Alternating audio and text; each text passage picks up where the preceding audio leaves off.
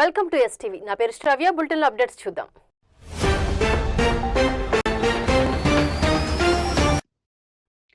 నెల్లూరు జిల్లా కావలి రూరల్ మండలంలోని రుద్రకోట హరిజనవాడలో నాగరాజు అనే రైల్వే ఉద్యోగి తన నివాసంలోనే దారుణ హత్యకు గురయ్యారు.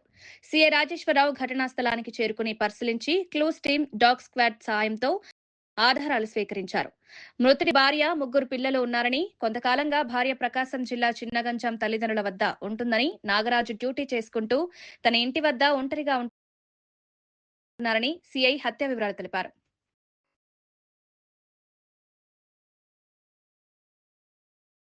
సుమారు 8 నుంచి 9 గంటల సమయంలో కావలి మండలంలోని రుద్రకోట గ్రామంలో ఆర్ఏ నాగరాజు అనే రైల్వే యొక్క ఉద్యోగి చనిపోయారని చెప్పేసి ఇన్ఫర్మేషన్ రావడం జరిగింది.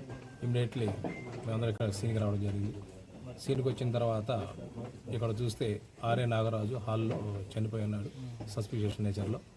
అదేవిధంగా ఈ ఇంటికి ముందున్నటువంటి వాళ్ళ శేషం అని చెప్పి వాళ్ళ బాబాయ్ భార్యని విచారించాము. ఏం జరిగింది విచారిస్తే వాళ్ళ ఉదయం 7:30 నుంచి 8 గంటల టైంలో ఇంటి ముందు ముగ్గేయడానికి వచ్చి చూస్తే చనిపోయిందని చెప్పింది. ఇతనికి సుమారు 28 సంవత్సరాల క్రితం చినగంజాం మండలం చెందిన మాధవి అనే ఆమెతో వివాహమైనట్లు, వారికి 3 కుమారులు. 10 సంవత్సరాల నుంచి భార్యాభర్తల మధ్య వివాదాల కారణంగా 3 పిల్లలను తీసుకొని ఆమె చినగంజంలో ఉన్నట్టు, తను ఒక్కడే ఉంటూ డైలీ డ్యూటీ చేసుకొని వచ్చి ఒక్కడే ఉంటూ ఉన్నాడు. అతనే వండుకొని తింటానని చెప్పి సమాచారం తెలిసింది. కాబట్టి దీని మీద కేసు నమోదు చేసి తదుపరి దర్యాప్తు చేస్తున్నాం. ఫర్దర్గా ఏదన్నా ఇన్వెస్టిగేషన్ ఏదంటే మళ్ళీ మీకు తెలియజేస్తాం. కావలి రూరల్ ఇన్స్పెక్టర్.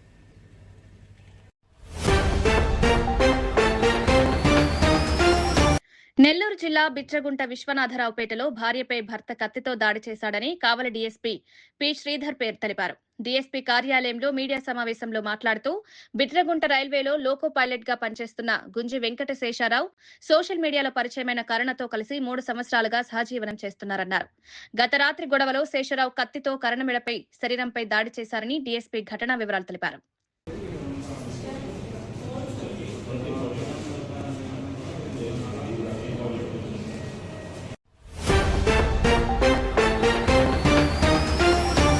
తిరుమల లడ్డూ కల్తీ వ్యవహారంలో వైసీపీ నేతల తీరుపై జనసేన నేతలు ఆగ్రహం వ్యక్తం చేస్తున్నారు. కావలి పట్టణంలోని జనసేన పార్టీ కార్యాలయంలో జనసేన పార్టీ పట్టణ అధ్యక్షుడు పబ్బసాయి, నియోజకవర్గ అధికార ప్రతినిధి మన్నేపల్లి రిషికేష్ మండలాల అధ్యక్షుడు మీడియా సమావేశం నిర్వహించి తిరుమల లడ్డూలో కల్తీ జరగలేదని ప్రమాణం చేస్తారా అంటూ ప్రశ్నించారు. సీబీఐ విచారణ ఇంకా కొనసాగుతూనే ఉన్నప్పటికీ వైసీపీ నేతలు సంబరాలు చేసుకోవడం హాస్యాస్పదంగా ఉందన్నారు. ఉప ముఖ్యమంత్రి పవన్ కళ్యాణ్ పై వైసీపీ నాయకులు బురద జల్లే ప్రయత్నం చేస్తున్నారని, తమ నాయకుడి జోలికి వస్తే ఊరుకోమని హెచ్చరించారు. ఎక్కడైతే తిరుమల తిరుపతి దేవస్థానంలో అవినీతి జరిగింది, అదేవిధంగా లడ్డు కల్తీ జరిగిందని చెప్పేసి ఏదైతే జరిగిందో దాని మీద విచారణ జరుగుతూ ఉంది. ఆ విచారణ జరిగే విధంలో సిట్టు ఏదైతే తీర్పునిచ్చిందో దాని మీద ఈ వైఎస్ఆర్ కాంగ్రెస్ పార్టీ ఎక్కడైతే ఆలీబాబా 40 దొంగలు ఆ రోజుల్లో ఉన్నారో ఆ విధంగా ఈ వైఎస్ఆర్ కాంగ్రెస్ పార్టీలో కూడా ఒక 40 మంది దొంగలు ఉన్నారు. వీళ్ళందరూ ఏం చేస్తారంటే ప్రజలను ఎలా మోసం చేయాలా, మన నాయకుడు ఏదైతే అబద్ధాన్ని పోర్ట్రేట్ చేస్తారో ఆ అబద్ధాన్ని మనం జనాల్లోకి తీసుకెళ్లాలా, వాళ్ళని మోసం చేయాలనేటువంటి విధంగా ఈరోజు ఆ పార్టీ తయారైంది.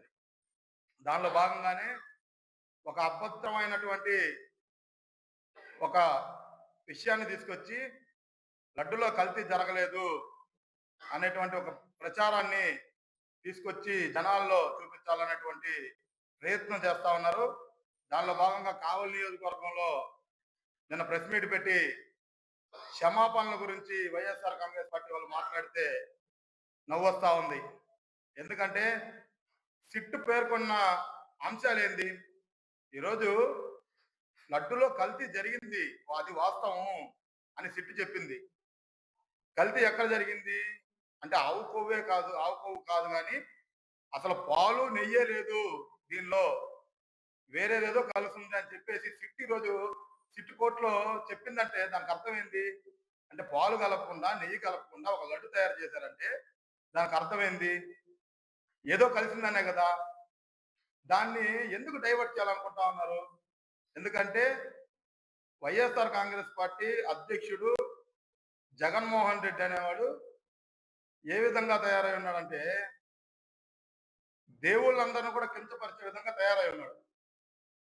దేవుళ్ళ మీద నమ్మకం లేనటువంటి వ్యక్తి ఆ రోజు ఎవరైతే వైవి సుబ్బారెడ్డి గారికి ఈవో ధర్మారెడ్డికి ఇద్దరికి ముడుపులనే విషయం అంటే బోలే బాబా కృష్ణా మిల్క్ ఫ్యాక్టరీ నుండి బోలే బాబా మిల్క్ ఫ్యాక్టరీగా మారింది కదా.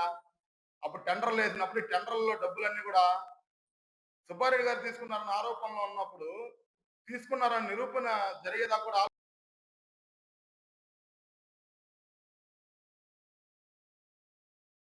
ఆలోచించాలి కదా.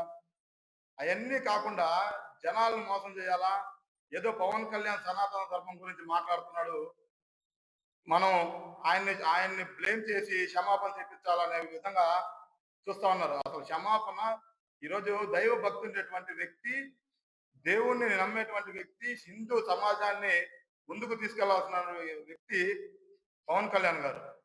ఆ ఉద్దేశంతో ఆయన ఉంటే అన్ని ధర్మాల్ని హిందూ ధర్మం మన ధర్మం అట్లనే పక్కన ధర్మాలను కూడా మనం పాటించాలనేటువంటి విషయాన్ని జనాలకు తీసుకెళ్తా ఉంటే దాన్ని డైవర్ట్ చేస్తా ఉన్నారు. ముందు క్షమాపణ చెప్పాల్సింది ఎవరంటే జగన్మోహన్ రెడ్డి క్షమాపణ చెప్పాలా. ఈ రాష్ట్రంలో ఇప్పటి వరకు దేవుడి మీద నమ్మకం ఉంటే ఎక్కడైతే ఈ రథాలన్నీ బిట్రకుంటలో రథం కాలిపోయినప్పుడు ప్రతాప్ కుమార్ రెడ్డి వచ్చి ఎక్కడైనా క్షమాపణ చెప్పాడా? ప్రతాప్ కుమార్ రెడ్డి ఎక్కడైనా చేపించాడా? జగన్మోహన్ రెడ్డి ఆ రోజు అంతర్వేదిలో రథం కాలిపోతే దేవుడు విగ్రహాలు పగల కొడితే ఎక్కడ ఎందుకు క్షమాపణ చెప్పలేకపోయాడు? ఎక్కడ ఎందుకు మాట్లాడలేకపోయాడు? ఎందుకు గుళ్ళకి వెళ్ళలేకపోయాడు? ఇవన్నీ ప్రజలందరూ ఆలోచించాలి. ఇవన్నీ చూస్తా ఉన్నారు. ఈ విధంగా ఇంకొకసారి పవన్ కళ్యాణ్ గారిని మాట్లాడేటప్పుడు మనకి ఏదైతే సిట్టు పేర్కొనిందో వాటిని కూడా బహిరంగంగా తీసుకొచ్చి కోర్టులు చెప్పినటువంటి అంశాలను కూడా మనం బహిరంగంగా తీసుకొచ్చి చూపించి ప్రజల్ని అవగాహన చేయాలి. అంతేగాని ఈ అవగాహన చేసే విధంలో జనసేన పార్టీ ముందుకెళ్తా ఉంది. ఖచ్చితంగా లడ్డులో కల్తీ జరిగింది. అది చేసింది వైఎస్ఆర్ కాంగ్రెస్ పార్టీయే. అది 100% నిజం. దీనిలో డబ్బులు తీసుకున్న ప్రతి ఒక్కరు కూడా జైలుకి వెళ్తారు, అందరూ శిక్షార్హులు అవుతారు. కలియుగ వెంకటేశ్వర స్వామి జోలికి పోయిన ప్రతి ఒక్కరు కూడా ఏ విధంగా ఇబ్బంది పడతారో, దేవుడి జోలికి వెళ్తే ప్రతి హిందూ కూడా కదిలి మా దేవుడి జోలికి ఎందుకు వస్తున్నావు అని అడిగేటువంటి చొక్కా పట్టుకొని కాలర్ పట్టుకొని పెరిగే విధంగా ఈరోజు హిందువులందరూ కూడా ఐకమత్యంగా ఉండాలని కోరుకుంటూ సెలవు తీసుకుంటున్నాను. జై హింద్. ఈరోజు అందరికీ నమస్కారం. ఈరోజు రాష్ట్ర వ్యాప్తంగా అనేక చర్చలకి దారితీసినటువంటి తిరుమల లడ్డు కల్తీ విషయం రోజు రోజుకి విప్లవంలా రాగి రాష్ట్రం అంతా తగలబడే సిచ్యువేషన్ వచ్చింది. ఇవాళ రాజకీయంగా అనేక పార్టీలు దీని గురించి చర్చలు దారితీస్తుంది.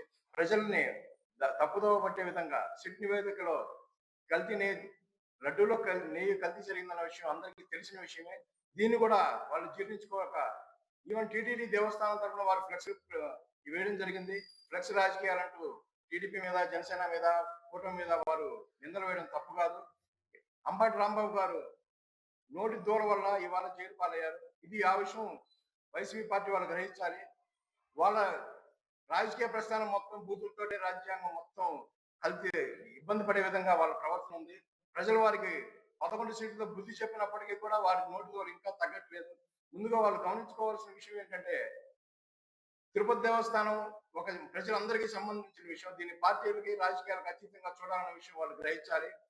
సిట్ నివేదికలు ఏదైతే వచ్చిందో దాన్ని ప్రజలందరూ రిపోర్ట్ రూపంగా అందరికీ తెలిసిన విషయమే. దీన్ని రాజకీయం చేసి దీని ద్వారా రాజకీయ లబ్ధి పొందాలనే విషయంలో వాళ్ళే నిందలేస్తూ పార్టీ మీద ఇబ్బంది పనిచేస్తున్నారు. ఈ రోజు జైలుగా జీవితం అనుభవిస్తున్నారంటే దానికి ముఖ్య కారణం వాటి నోటి దూరం వల్లే జరుగుతుంది. దీనికి పార్టీలకి, ప్రజలకి ఎటువంటి సంబంధం లేదు. ముఖ్యంగా ఫ్లెక్సీ రాజకీయాలంటూ వాళ్ళు మాట్లాడే విధానం స్టార్ట్ చేసిందే వాళ్ళు.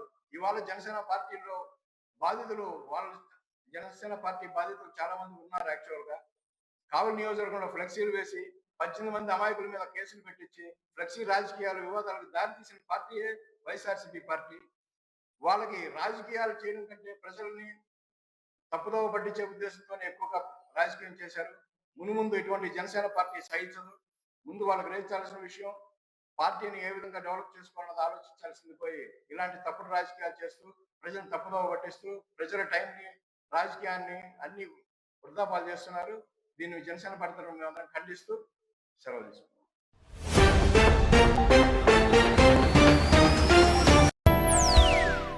ఇవి ఇప్పటి వరకు ఉన్న bulletin updates. Keep watching STV.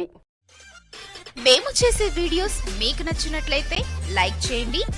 అలాగే మరిన్ని ఇంట్రెస్టింగ్ అప్డేట్స్ కోసం మా STV తెలుగు ఛానల్ ని సబ్స్క్రైబ్ చేయండి.